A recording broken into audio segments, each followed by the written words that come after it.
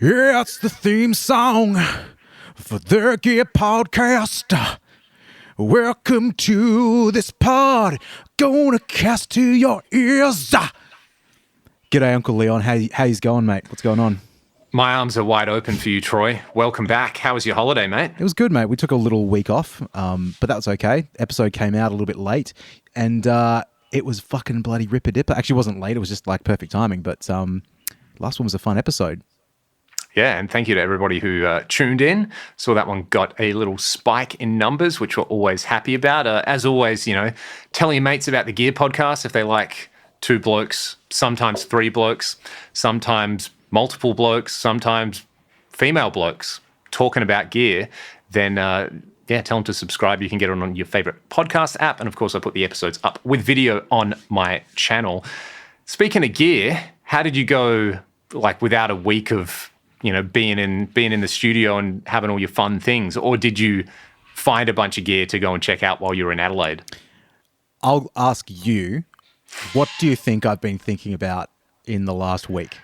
Oh, it's either Marshall or Synergy. There's one whole thing I've been thinking about, and we haven't spoken about this at all, and it's probably not what you'll think, and you probably won't pick it, but I'll just have a guess. Acoustic guitars. No. Okay, I'm wrong then. Way off. You're going to have to fill me in. Give it two more guesses. Go. Two more guesses. Obsessed. What would Tondi be obsessed with? He does like amps. So is it amp related? Am I getting closer? No. Okay. Is it cabinet related? No. All right, mate, I'm out. You're going to have to tell me. Mate, all I can think about, all that goes through my brain is drums. Oh. There's a big sound. I'm trying to remember what started it. This is obviously not the demographic of our listeners, but I think I mentioned to the owner of the studio a few weeks ago about how I'd like to get another drum kit for when we do sessions, and sometimes the Pearl reference that's down there, which sounds really great. It's not the exact right sound, so it'd be cool to just try something else out. So then I just started thinking or trying to look at other drum kits that may be available or of interest, and then I started deciding to watch videos about people tuning drums, and then it just went nuts. So, I mean, on the plane to Adelaide, I was sitting there and I had maybe 15 minutes to take off, and I was like, man, it was probably 5 o'clock in the afternoon, and two young children, 2 and 4, and got to keep them entertained, but they may just get zoned out with the iPad. So if that happens, Dad can just watch a YouTube video. You know what I mean? So trying to think, what can I find? So I downloaded a bunch of stuff, tuning and, heads and all this sort of stuff. I went through this phase in 2015. I've got obsessed, but I never really got good at tuning, or really learnt that much. So I'm back into it. So anyway, yesterday I taught my TAFE class and we did a big thing about, tuning kick drums and, nerding out on that, which is cool. I was having a little look today as well, before we did this pod and before I had another little vocal to track. So, mate, that's what's been on the agenda. It's a downward spiral, isn't it? It's worse than the worst drug you might get out there. It's just once you get into the drum zone. It's just, there's so much to learn, man. It's just not in just drums, but I feel like before I left, so I have an orange pedal baby on the way, which I'm really excited about. I got a really good deal on this orange pedal baby. So when that shows up, I'm going to do some tests with that, running the Synergy system, maybe through the ADA. I'm going to just do a bit of a thing. I might even do a video. Had a bit of encouragement from friend of the channel, Jason, about maybe doing making a couple videos.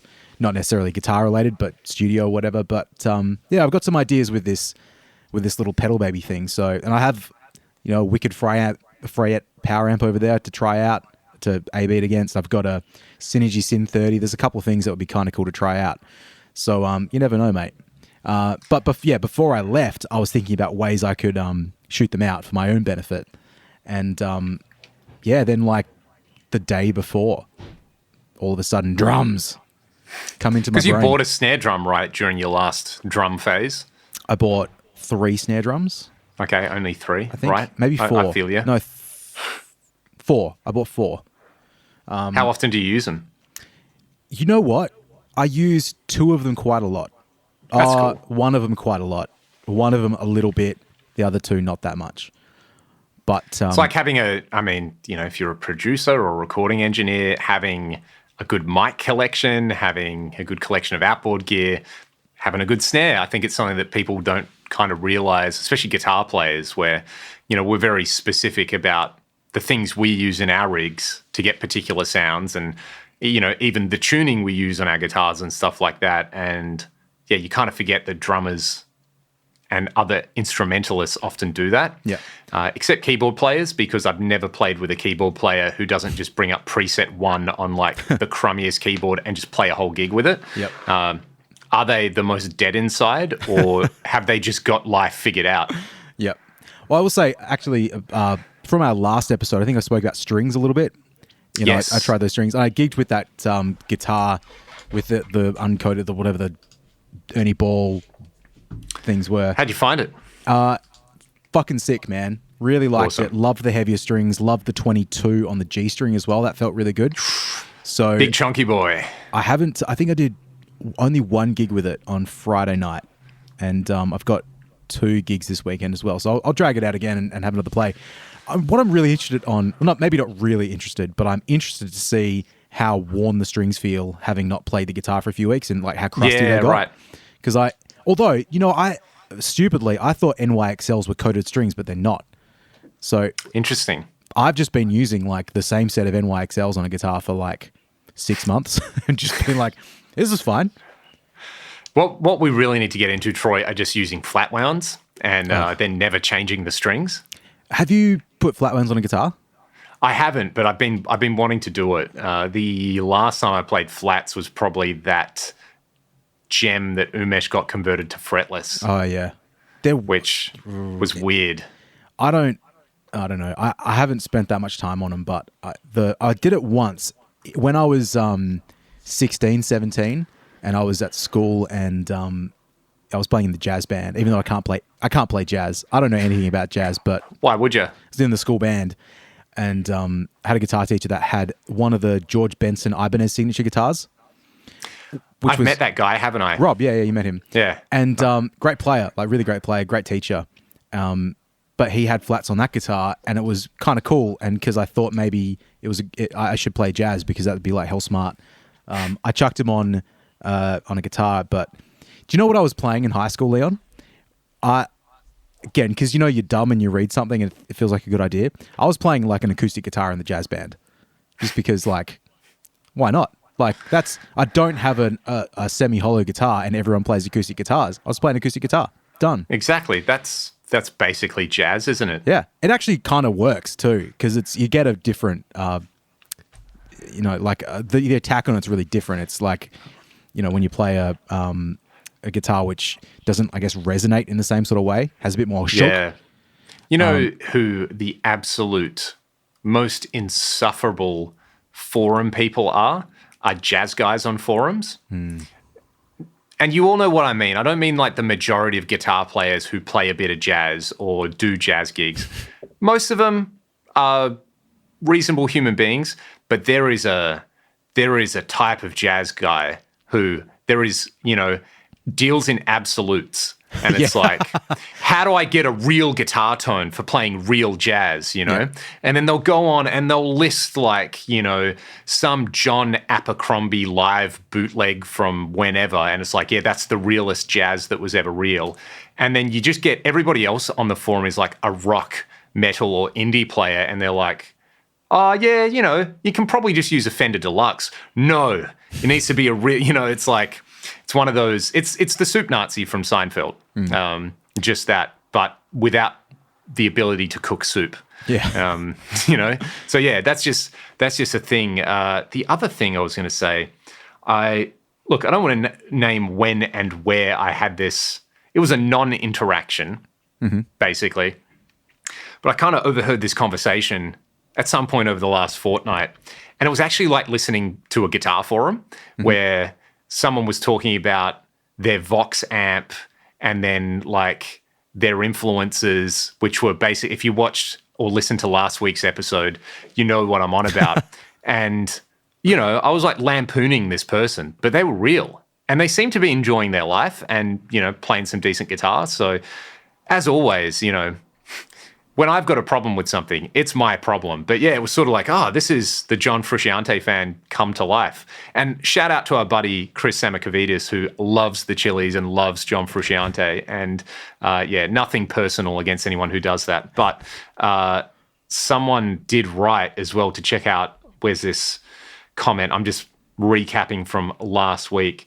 Someone mentioned check out Mother's Milk by the Chili's as well. So that is going to be on my listening. I've got a gig that I'm flying out to tomorrow, so I'll check that one out and try change my mind. So, two things. Firstly, I felt bad that we were shitting on Chili Peppers, knowing some people that we know that listen to the podcast and love Chili Peppers. So I felt bad about that. Also felt real bad because I feel like we went super hard on Jason at the start of that episode. Like, just kept laying into him. And he's the nicest dude. And it was just, I almost asked you to take it out, but he... I think people who aren't Aussies or Kiwis need to realise that this is just what we do. Yep. And that line, what is a fine line in other cultures between jovial fun and mean-spiritedness is spiritedness. Spiritedness is like, it's actually like a massive grey area. It's just where basically everything happens when you're an Aussie or a Kiwi. So it's totally fine. And, also shout out to Jason and the All Blacks because they're playing, that kind of feels like a bit of the All Blacks are playing South Africa in the Rugby World Cup. Words are hard today, Troy. So, probably by the time this comes out, the game will have been played. But lots of South Africans in Perth, lots of Kiwis, and they do love their rugby and their cricket as well. So, shout out to anyone in Perth listening or anybody from all around the world who's got their team playing a game of sport. Mm-hmm. There are a few other little things that I wanted to pick up on as well. Shout out again, friend of the podcast, John Brown, who was talking about getting into like mic preamps and 500 series stuff, and that being a much, much bigger kind of rabbit hole than guitar gear. And also someone mentioned some power metal, and they said Stradivarius, Sonata Arctica, Twilightning. These are all bands that I absolutely loved in my teens. So can you imagine it? Like it wasn't a mistake, but like that formative period of our lives when I remember like just smashing like one Sonata Arctica album in probably like 2007 and like loving it, loving it. And then I had one Stradivarius song too in high school called, I think it was called I Walk Alone or something. It was I Walk, I don't know. But just, that was like the song that friend of the show, Gareth, just introduced to us and smashed it. But it's like, imagine if we were just like listening to the music that our peers were listening to. Like, not our musical peers, but our just people that went to school with us or university. Like, imagine if we liked Arctic Monkeys. Actually, I heard a band play some Arctic Monkeys on the weekend and they did a pretty decent job of it. And I was like, good songs. I know this song. Yeah, exactly. But like Modest Mouse in 2006, if someone told me you like that, one of my friends, sorry to cut you off, one of my friends that used to play in a band with, Alex, great drummer, like we were smashing Dokken in high school. And then 2 years later, he's like, I've been really getting into like Modest Mouse and this stuff. And I've just been like, ever since then, what's wrong with you? What happened? What happened to you? We've become like Italian grandparents. Where it's just, why are you doing this with your life? But also, let me just say, normcore. Why? What? Look. Was it a hindrance or was it a benefit to be non-normcore as a teenager? I think every teenager feels non-normcore, but most of them are normcore. I can tell you something, Uncle Leon. Would you like to hear it? Mate, I always want to hear what you've got to say. Hang on, I'm going to tell you, but I have to get this open. Here we go. All right, I'm almost there. Mate, are you ready? Are you ready to rock? First thing in the morning, got to play that guitar. He's a hard rock rebel, sounding like a star. His mama shouts to turn it down. You're pushing it too loud, way too loud. But Michael dreams and doesn't care. He's going for the crowd. Michael wants to rock. All around the clock, you can hear it down the block that Michael learns to rock. He's playing like a Superman. That boy can play. Now, Leon, over the last week of not doing a podcast with you, really our main interaction has been me sending Jorn Lundé lyrics to you back and forth. So that's Rock Spirit. I think that's on the That was Out the to Every Nation Norwegian album? philosopher Jorn Lande. Yeah. No, sorry, he was actually a social scientist. But yeah, man, like the other thing that amazed me while we're speaking about Jorn Lande. So anyone who's not from Perth won't understand this, but every city has the cover bands that all play the same songs. There's the standard 30 or 40 songs, you know, like you've been to Nashville and I remember you distinctly saying, what song was it? Was it Strawberry Wine or something? You were like, yeah, this is the That the was summer of then. 69. Like, for some reason, everybody played that song like 10, 12 years ago, whatever it was. Yeah, it was like that and Wagon Wheel, but you were comparing them to songs that are in set lists here, like, yeah, Summer of 69, everyone does it. You know, that's the Jesse's Girl, that's the April Sun in Cuba kind of thing. So Jorn Lande could get a gig in Perth with the songs he's covered, like John Farnham and Christopher Cross, Ride Like the Wind. Yep. What was the other one that you sent as well? He's got like multiple covers albums. Like Don't Stop Believing's on there. Yep. Yeah, there's a bunch of stuff. The Ride Like the Wind was a surprise. Didn't love the version. It was a bit too chugga, to be honest. Yeah. But he sounded great on it, Yeah, which I mean, he basically always does. I can't remember if we mentioned it last week, but someone in the comments did mention the Beyond Twilight album he's on. I didn't listen to that. Yeah, I've got it on CD because I basically... there used to be a place in Fremantle called the CD Library, and then I think it was Junction Records, and there was a Swiss guy who worked there, and like he was my melodic rock drug dealer, basically. I'd go in every other week and he'd be like, oh, we got this from Frontiers and we got this from Inside Out Music. And I've still got some CDs that I paid like, you know, $40 for that I've just never listened to. I'd go and spend like $200 on random melodic rock CDs. But yeah, that's where I got a lot of that Jorn Lande stuff. Yep. And, You know, always, there was some really good always stuff. had the coolest stuff. Arc, like I think that came up last week or maybe in the comments. Man. But Burn the like, Sun, slamming album. There's all that stuff, not all of it. A lot of it's on I use Tidal, but I found a lot of it last week when I was looking for it. So I couldn't find. I think it was Millennium. I couldn't find. That's least hard on streaming. Like it's probably on something else. But I had the like a MP3 version of it a long time ago. But my music drive of all my cracked music from being a child just doesn't work anymore, which is really sad. No. There's stuff I downloaded in like. There's one song, right? Because we all used LimeWire back in the day. And there was always that song that was like Jimi Hendrix, unreleased, you know, or World's Greatest Guitar Player, World's Greatest Guitar Solo, all this sort of stuff. Bon Scott and Jimi Hendrix collaboration, never heard before. And so, you know, you don't know any better, so you download this stuff. But there was one song that I downloaded, and I used to listen to it all the time, and I really liked it. Never found out who the real artist was because it was just literally like World's Greatest Guitar Solo, Jimi Hendrix, like Stevie Ray Vaughan, listed all this stuff. But the intro, I still remember how it goes. I still play it once in a while. It just kind of is like locked into my fingers. It's really funny. So anyway, that song is lost to the like. No, mate, you just have to play it at the end of the episode, and I'm sure some avid reader will recognize it, and you know you won't have to cry about it anymore. Yeah. That Arc album's really, really good. Burn the Sun. I've listened to that a lot. Some very, very good playing on it. The Millennium album I found on eBay. Oh yeah. I've got them all. I've got the first two albums, and then they had like a greatest hits style thing.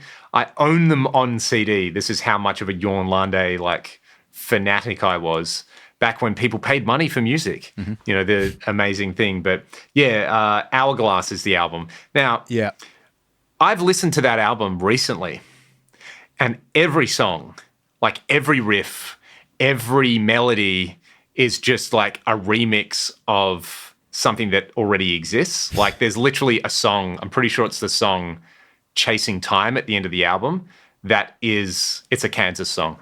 And I heard this Kansas song and I was like, oh my God, that's like the syncopation in the rhythm section, the riff, it's just the same thing. And they basically just changed the words and the arrangements a little bit. So I was like, man, this is mind-blowingly cool. And now I listen to it, I'm like, I still have a soft spot for these songs. So I can kind of hear where they're pulling things from. It was Ralph Santola on guitar who played with Death, I believe. Oh, okay. And who passed away recently, which is really sad because that Millennium album I spent a lot of time transcribing and like stealing licks from. Right. There's some really cool things that he was doing that I was like, yeah, this is kind of how I want to play guitar. So Yeah, R.I.P. Ralph, great player. Listening to some of that stuff, there is a real, there's a real ragdoll thing about that. I think subconscious, like even when, because there was a period when, everything that we did, I say we, but like ragdoll was still in standard tuning. Like drop D didn't, or E flat or whatever, but drop D didn't really occur to us because, like 80s metal and don't like drop D grunge sort of stuff. But it's like I feel like when you discover drop D, there's this like subconscious influence of like, what's the guy's name? The guy that has this, Magnus Carlsen, not the chess player. Yes. The guitar player. I'm so glad we got to this because I was just going to say, who's the guy who played on all those like Alan Lande albums? Yeah. He'd be cool to get on the podcast, actually. Yeah. I feel like he'd have some really, I'd love to know what he used on all that kind of stuff because they're great guitar sounds. Like they must be just 5150s is what it sounds like to me. Yeah, man. And what was his band, Last Tribe? Oh, maybe. I have those albums on CD. I bought them. Mm-hmm. I have never listened to them. Right. Because I feel like I bought them off eBay and it was like they took forever to come around and I had, I just never got the chance. Like I've listened to them on streaming years later, but I had the CDs and just never listened to the CDs are unopened. But it would have to be because I know who was the other band. So Jorn Lande's solo project, it's called Jorn, and the guy playing guitar on it for most of it is Jorn Viggo Lofstad from a band called Pagan's Mind. And he was like, Music Man guitars into a 5150. And I have those first two Pagan's Mind albums. And the guitar sounds on them are sick. And it's the Jorn guitar sound. It must be just like boosted 5150. It sounds like EMGs to me as well. Yeah. I wouldn't be surprised if it was like the Fredman mic technique as well. Like just that, whatever they were doing up in Scandinavia in the 90s, like 5150s and pointing things. They're very, very good guitar sounds. I feel like a while ago, you got something to, like this was, a long time ago, you got something to mix from a local band and you sort of played it to me and you're like, this is where it is at the moment. Like someone had pre-mixed it or mixed it. And then you kind of A-B'd it with one of those Jorn albums and it was just like, the Jorn album just sounded so gigantically awesome. I don't remember which one that was, but okay. It's a memory. So it was an easy A-B and I was like, oh yeah, this sounds good. And then I heard like that and I was like, whoa. Yep. This sounds amazing. It's really, that stuff's just really polished as well. Like they're just, it's like, it's one of those weird guitar sounds where it's like, it kind of doesn't fit in a lot of genres of music. I was watching, related to this actually, a lot of friends of the channel today, as always, but, mate, fucking, what's his name? Lugo, James Lugo. Yes. Had a Mark IV. Yep, this was a roller coaster for me. Yeah, me too. I'm like, he's got a Mark IV. He loves the Mark IV. Okay, it's being serviced. He gets it back. Can't wait. Greatest guitar sound I've ever heard. And he had it like dialed. Like it sounded awesome. Yeah. But then all of a sudden, he's like sold the Mark IV. And I watched the little video where he talks about it and he goes, man, it's such a great sound, but I've got no place for it because it just sounds like a Mark series amp and it doesn't like fit in other stuff. And that's kind of, it's similar to what these other guitar sounds are to me, like that Jorn guitar sound where it's, it's so clear and kind of, I don't know if it's dry, if that's a way of describing it, but like it just, you can't, it sits like on top of other guitar sounds or other elements of a mix. And that's great, but sometimes it's hard to make work. So similar. Yeah, big time. I mean, for anyone who's ever played an AC30 and been underwhelmed or played an old Marshall Plexi or a Deluxe Reverb and like not got it on its own, those things are classics because they work when you're recording and you can do lots of different things with them. And they sort of like, we talk about tone a lot, obviously, but like texture is important. And it's probably nowadays, if you're recording, it's as important, if not more important, than the actual sound. Because you can have like an isolated sound that you go, yeah, that kind of sounds terrible, but it's got something about it that works in a track. It sort of works texturally. So I feel like these are words that I didn't understand when I was a teenager. I was like, nah, there's a good tone, and that's Steve Vai, For the Love of God. And then there's a bad tone, and that's like, you know, anything before 1983. And that's it. There's just good and bad. But then, you know, I'd read about like, You just threw Eddie Van Halen under the bus there, but okay. yeah, well, you know, we all know that Fair Warning is the best guitar sound. Actually, that was 81. So let's say pre-1981. But there's a Fair Warning cult out there as well when it comes to Van Halen fans. What was I on about? But yeah, reading about guys like The Edge or, you know, stuff like that. And they're like, yeah, I'm a textural player. And I was like, what's that? That's not real. But I so get it nowadays. Yep. And, you know, you can do... I think most of my favorite players now kind of do both. Like you think about Ty Tabor, you know, giant Chungus, huge guitar sound, but also a lot of King's X stuff is quite textural and, you know, beautiful sounding. You know, yeah, and it's not just like throw your strum in Big Sky, like shimmer reverb, whatever that is. It's like, it is more than that. It's just, making the instrument do something. It's interesting. It's tough to do. It's the compositional element of it as well. It's like kind of fusing like the sound and the textural approach and the song and the melodic aspects and the harmonic stuff. It's like it's all part of the same delicious Baker's Hill pie that you just kind of put together. So or like, you know, The Edge is another great example of. Remember that? What was that documentary they did? Make It Loud or It Might Be Loud, like Jack White, The Edge, Jimmy Page. And I remember seeing, you know, someone who's still a buddy of mine, but they were just kind of like, this was whenever that thing came out. And they were all like, ha, ha, ha, how crap is The Edge? How cool is Jack White? And I was like, and they were like, yeah, he relies on effects. He can't play guitar. It's like, bro, you know, whether you like U2 or not, you know, he is like a genre era-defining guitar player. And, you know, there's people out there who would argue, well, The Edge had nothing to do with it. It was Daniel Lanoir's production, whatever. Like, Dave Evans, not the original singer from AC/DC, The Edge. Whether you like U2 or not, like, you got to hand it to him the way he made effects units relevant and, you know, like those classic albums. And, yeah, I'm not a massive U2 fan, but there's it's such a thing to lean into and realize, and there's such a good lesson in there, like, oh, I'm good at doing this, so this is what I'm going to do, rather than conform to, you know, what people think a rock guitar player should be or a punk guitar player should be. So, yeah, there's a real lesson in there, I think. And, you know, their sound changed a lot. Mm-hmm. I mean, like that rig rundown with his tech is pretty insane. I mean, from a signal flow perspective, but also, I mean, he was talking about how he still goes out and tunes the guitar sound every night to make it work for him. Like, it's not when you're using that many effects, one little change is going to be significant along the rest of it. The amount of control that it takes, touch. It's funny, right? Because it's sort of like, if you think of the analogy with like food, right? U2 is a really popular restaurant, and Bono is the restaurant owner. And then, you know, and they're like, oh, we got this great chef, The Edge, like he's the head chef.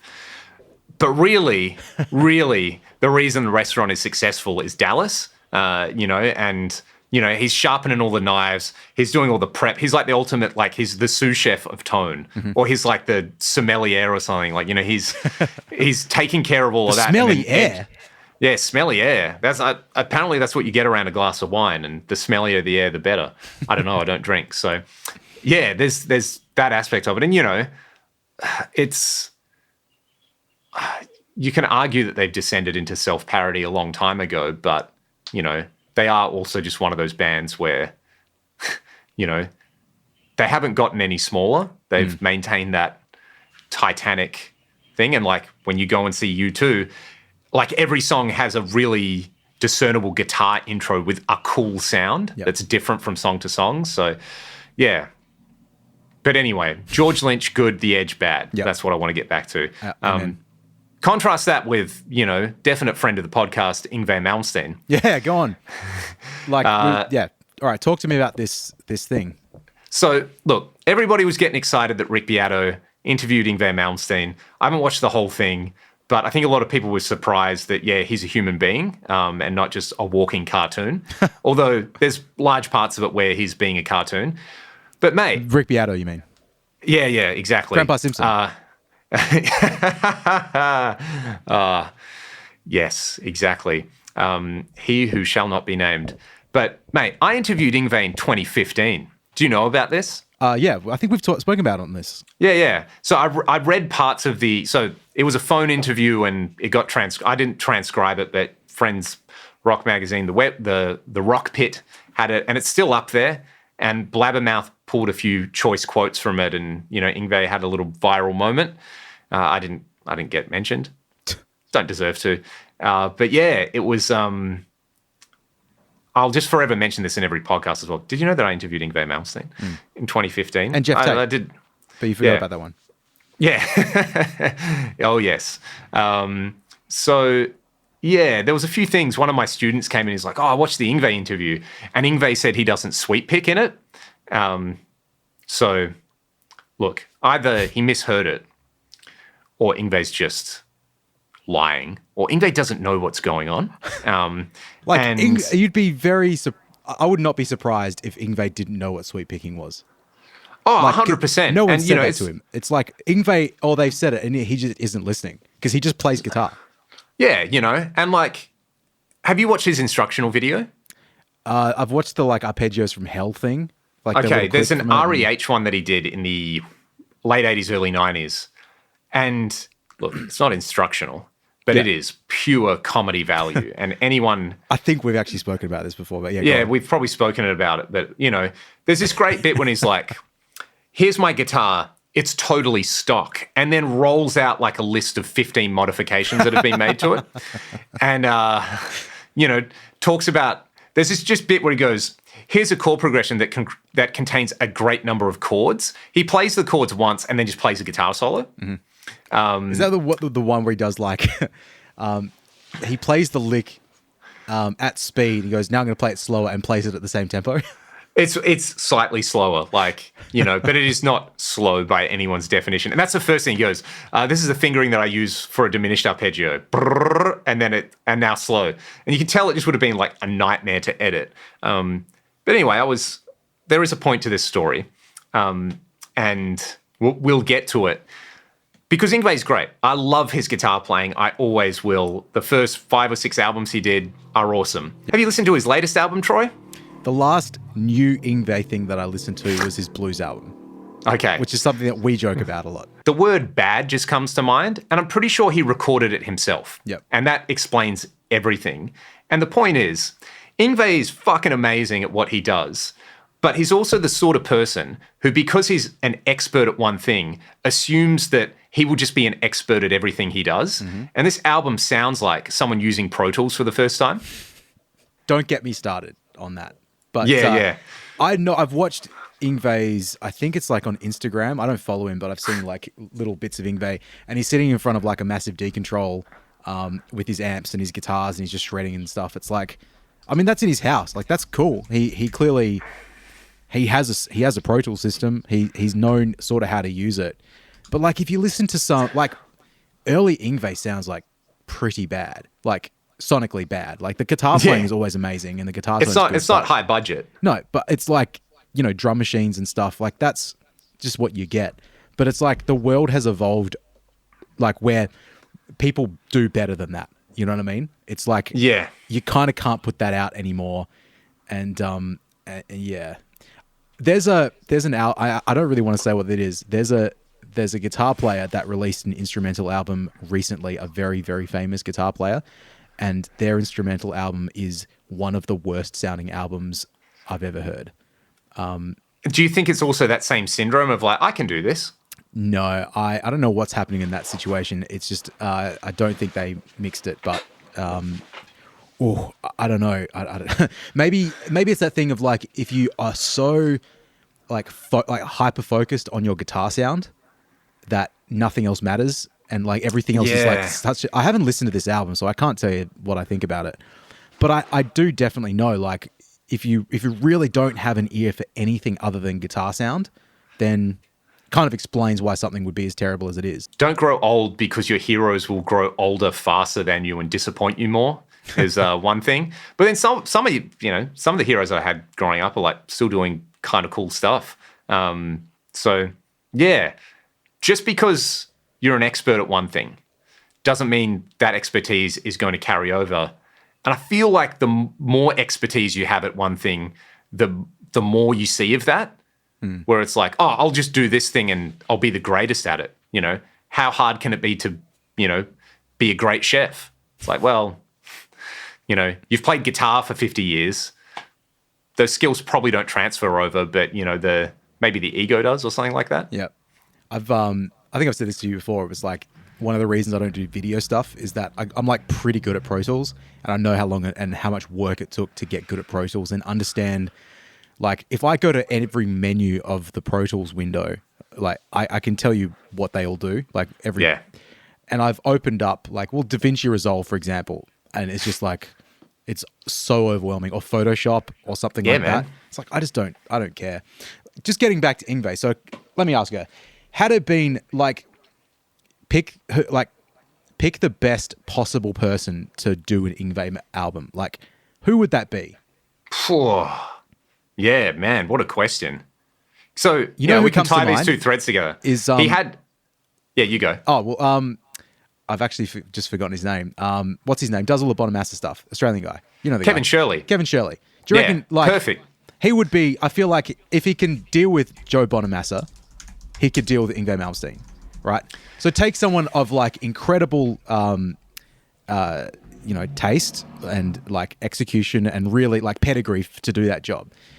If he was to do that album, do you think you'd like it more?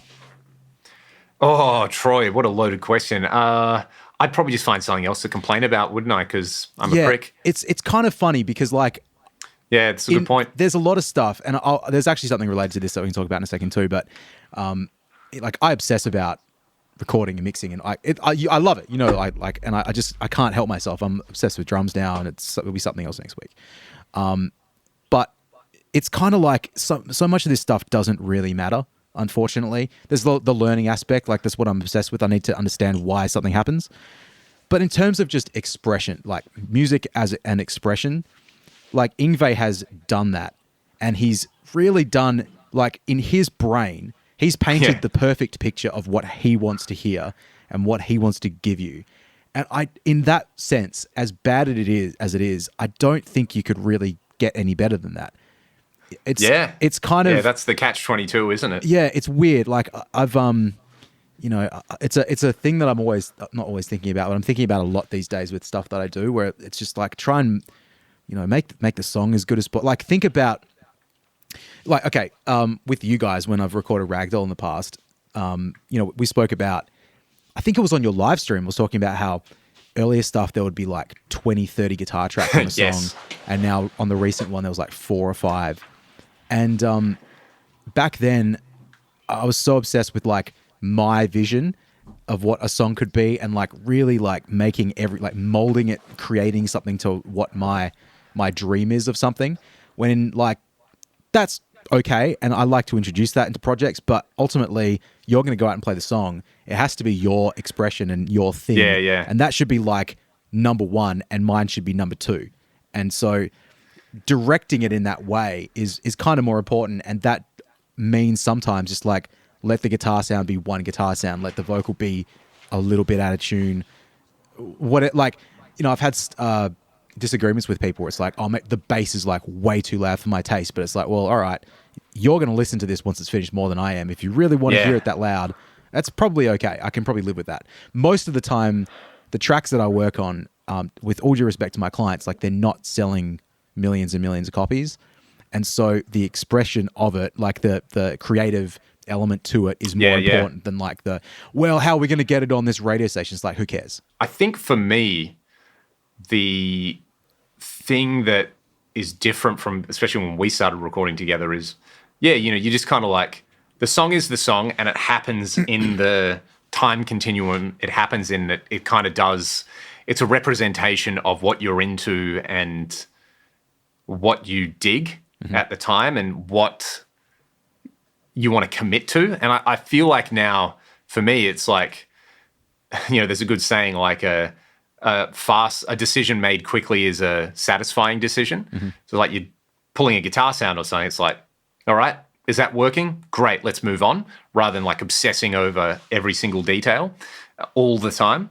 Maybe a little bit of obsession is good, but yeah, it's interesting. I would still like to hear. Look, I'd love to hear like Kevin Shirley produce Yngwie and do like, a Deep Purple style album where it doesn't have all the, like string synthesizers and choirs and stuff like that. And it'd be cool in my head. Maybe I should do this. I know 2 Yngwie licks. Kevin Shirley, what do you charge? Some of that though, it's like it's weird. So to go back, like I'm just being one of those people who's like, no. If it happened the way I liked it, it would be good. But I don't think that's the case. I think you're correct. I'd still be like, Eclipse still sounds better. So yeah, I mean, he's like still out there playing shows. Yeah, doing the thing, and so respect. I think ultimately you can't please everybody. So if you can't please everybody, the person you need to please the most is yourself. Yeah, maybe that's the point. But last week when I was away, one thing I just listened to, having not listened to it for fucking years and years, was the band Pain of Salvation. Oh my God, yeah. Yeah, were we talking about this at all? I don't think we were. I don't think so. No. But did you go to the Dream Theater show they opened? No, I didn't know that they did that. Because they were ridiculous live, like like Anthony level frontman stuff, freak show stuff. Well, like I used to listen to him a long time ago when I was more into that sort of music than say like Taylor Swift, and I hadn't listened to it in said like 10 maybe 15 years, and I just chucked it on because there were some songs that there's still one song I can't remember what it was called, and I've like skipped through some albums to try to find it, can't find it. Anyway, they've got this album Remedy Lane that came out in like 2002. Yep. And I used to love that album. And there's one song on there called, I think it's Trace of Blood, which is awesome. Love it.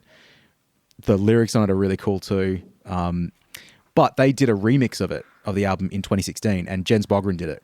So Jens Bogren is like one of the like top tier heavy metal, and has worked with them like for years as well, apparently. Not on the original version of it, but he obviously remixed it and has done other albums. He is to post 2010s metal what Andy Sneap is to pre 2010 metal. Absolutely. And he's got Bogren Digital and the plugins and stuff. But the remix of that song that I like, and in fact the entire album, like I just didn't really like it. It was good, but there was one thing actually that bummed me out about it, in that in the verses in the original, like the guitars sort of palm mute, and it feels like they've got this like extra boom, boom like rumble after all of the notes. And on all the palm mutes on this one, it's like really short, and it feels like kind of a bit stilted and a bit weird to me. But it's that thing of like, technically the original, there's like stuff about it where I'm like, snare sounds a bit whatever. The whole doesn't really have the same amount of power. It doesn't have that modernness to it. But I think, I'm not sure if I like it more because I listened to it so much long time ago, and even having a more polished, better version of it, it still doesn't tickle my fancy. Maybe if I'd done it in the reverse order, it would be different. Yeah, it's weird, but interesting. I guess like the ultimate point I'm trying to make is like, good is super subjective and really meaningless, and like, not that we shouldn't try and strive for something that is good, because when you're crafting something, you still want it to feel, the way that you still want to express it in a way. But I guess, talking about Yngwie, I would just assume his main thing is like, what's the best, like the coolest guitar that I can play. And I think coolest is the best way of talking about Yngwie. It's like not going to be the most like tasteful, but like, what's the thing? No, you leave that at the door, and that's part of the fun. And so like, if he's ticked that box, and that's awesome. Whereas like me as a producer, I have different things that I obsess about in a mix or in a track. And sometimes it's the like trying to capture the performance. Sometimes it's trying to craft the song and get the emotional element out in a different way, or the vibe out in a different, like, you can throw any buzzword that you like, but it's a different like thing to focus on. None of it's right or wrong. It's just like we all have that little thing that we listen for more. So yeah, it's an interesting thing to consider. Yeah, I think it's it's a great perspective to have on it. To go back to your earlier thing about if someone else did the album, would it be better? No, I think it would be equally as bad. Mm-hmm. But there are definitely really good things, like, equally as bad. There's some albums that by trying to make them sound better, you also make them sound worse. Mm-hmm. Even though, this is the thing is like perfection's not a thing in music. Yeah. But you can fool yourself into thinking if I change a few things in this that maybe I'm unhappy with, or I can, you actually risk just by changing, once something's being sort of like heard and disseminated and ingested as a, piece of art or craft, going back and being like, oh, now we'll remix it or we'll do something. If you really change if you really go hard with the remix and, the way you make it another genre or something, then yeah, maybe that's going to come out kind of cool. But when it's just like, yeah, make everything sound more modern, it's a good point. It's not necessarily going to be better. There are some albums where, and it's, say like The Master is terrible, or something like that, where there's some technical part of, like, the album is done and it's mixed. Like, where does this stop is what I'm getting at. But, maybe the pressing plant or the master or something kind of lets it down, and then it can be remastered or remixed, and actually, you get, it's like a director's cut thing, But funnily enough, even then, like I worked with a band a long time ago, and I was talking to them recently about this because the album or the EP got mastered, and I hated the mastering. But yeah, right. Had no idea and still love it, and have had like comments about like for years, like how much people like the sound of it. It's like, man, it's weird. There's been a couple of projects I've done like that, over different genres where the mastering has been really different, and I've hated it, but people have still enjoyed it. And I mean, like, so interestingly, if you go on any streaming service, you can find like 6 different versions of Whitesnake's 1987 album. Oh man, don't get me started. Not 6, but however. But like, I mean, I listened to another remaster of it like a month ago because I'm just trying to find the album, but I don't know which one's which. But they all sort of, I guess they sound different, but none of them sound better or worse. Like, I've never on that album been like, oh, I can't listen to the original version. The hi-hat on Bad Boys is so annoying. That's the thing I hate the most. And it is a weird sounding album, but the master hasn't fixed that, and it's been out for so long. Like, it's just, why bother going back? Like, what are you gonna? You're just gonna make it harder for someone to do that. The best example of this is, there's also the thing of like, we went back and remastered it for the fans when really it's like, behind the scenes business stuff, like Diary of a Madman and Blizzard of Oz. I remember buying Diary on CD and putting it in the car and being like, what is wrong with this album? Not realizing that they'd re-recorded the drums and bass. Yep. It's fascinating. It ties back into what we were speaking about last week with like, what are you getting obsessed about? And this is sort of the comment of like, you're tweaking this guitar sound, but the audience doesn't give two shits. Correct. But also, like, I don't want to have a nice guitar sound for the audience. I want it for me so that I can play better, and so that it can roughly represent the sound of the band. Once the front of house engineer gets their hands on it, they're going to do whatever they're going to do with it, and it's going to be that mix, that night, in that moment. I'm totally at peace with that, but for me on stage, it's like, well, I want my rig to be easy to use and reproducible, so it's worth the time for me. And again, I feel like to tie into a point that you had there, it's like, okay, if I didn't spend this time tweaking my presets, am I necessarily going to spend that time writing better songs? Also, probably not. Just this aesthetic, I feel like there was a comment I got on the channel like, oh, all this technology's never been better, but like where are all the great songs at? It's like, they're out there. There's just so many. Like, there's just so many good ones, but it's like everything's gone boom and expanded where, there's amazing music. You just got to look for it because it's so easy to just put anything out that there's also so much more crap. There was like, the thing that people never like really comment on is there was so much shitty music 50 years ago. Yeah, man. It's gone. like people forgot about it because it wasn't worth it. Yeah, there's like a filter in place here where it's like we only remember the stuff we like. But yeah, look at like the like manufactured bands from the 60s and 70s, and it's equally a shithouse. In fact, it's probably worse because people were figuring out how to make shit, you know, like fake bands, and now it's like you can have bands that don't even exist. They're just some session guys, and they're awesome. You know, it's like, yeah, this is. We were talking to Michael Nielsen about like the League of Legends stuff. You know, yeah, they're not real bands, but there's real musicians playing it, and it's cool. I think Jorn Lande's on some of them as well. This is just becoming the Jorn Lande podcast. Let's get him on. Troy. I'd love to get either of his guitar players on, actually. It would be really interesting to know what the rig was and how they did it. You know, was it like we went into a studio or they did it at home? And Man, I should just like, I'm just going to email one of them out of the blue or get someone on Instagram and be like, "Oi, you want to come on the podcast?" I'm going to do it right now. Do it live. Because you remember like 2008-ish, 2007, so when we had first started playing together, you'd always rock up to band rehearsals with a new Frontiers album, and then that got me into Frontiers just as a record label to check out and just buy random stuff. I'm probably going to like it, you know? But yeah, like we talked about Magnus Carlsen, where he was like on so much of this stuff. And it's not like you couldn't have, say, a home studio where you just pump songs out, but it was a lot more expensive and a lot of the results weren't quite as good. And you sort of still needed a real... I might be incorrect on this, but I feel like you still needed a real drummer at that time to get really good. Yeah. Like Superior Drum was still there.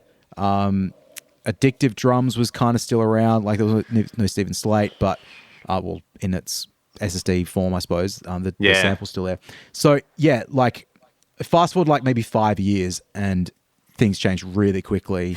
DI guitar sounds, whatever, it's completely fine. And like nowadays, Jesus Christ, you don't need anything. You just need like a laptop or probably an iPad and you can get like amazing sounds.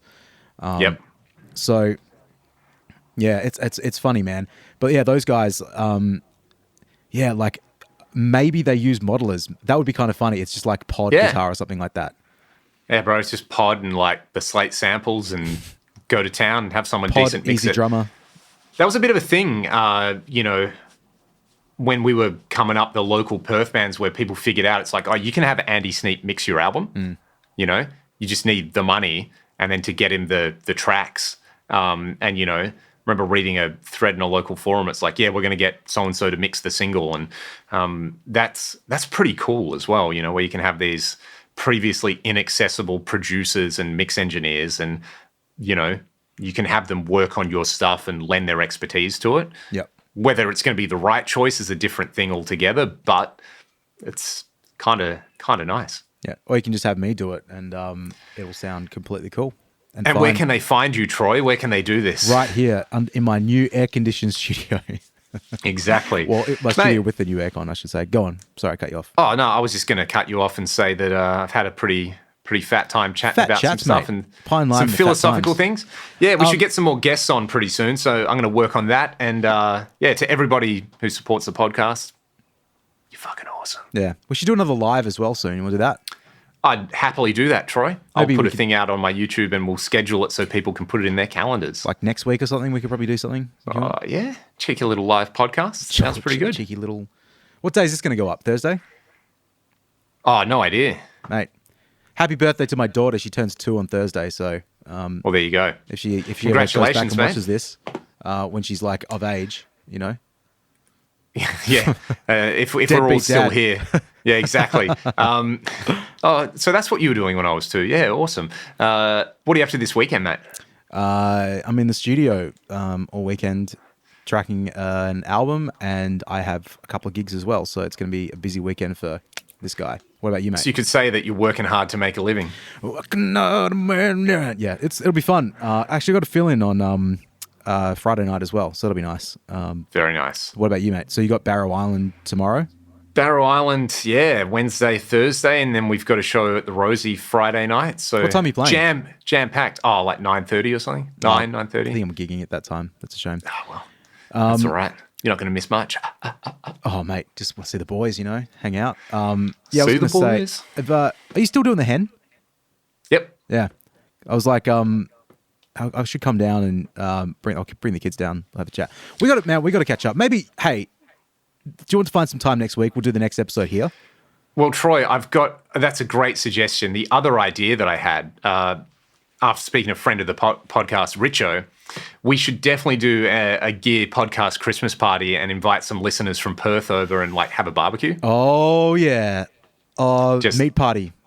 Meat party, exactly. Meat party, toilet party. We'll work on that. And until then, mate, take care of yourself. I need to get your Marshall back to you. Yeah, I need it back. At some point next week, we'll catch up and make some noise. Thank you, everybody. Have a great day. Peace out. Bye.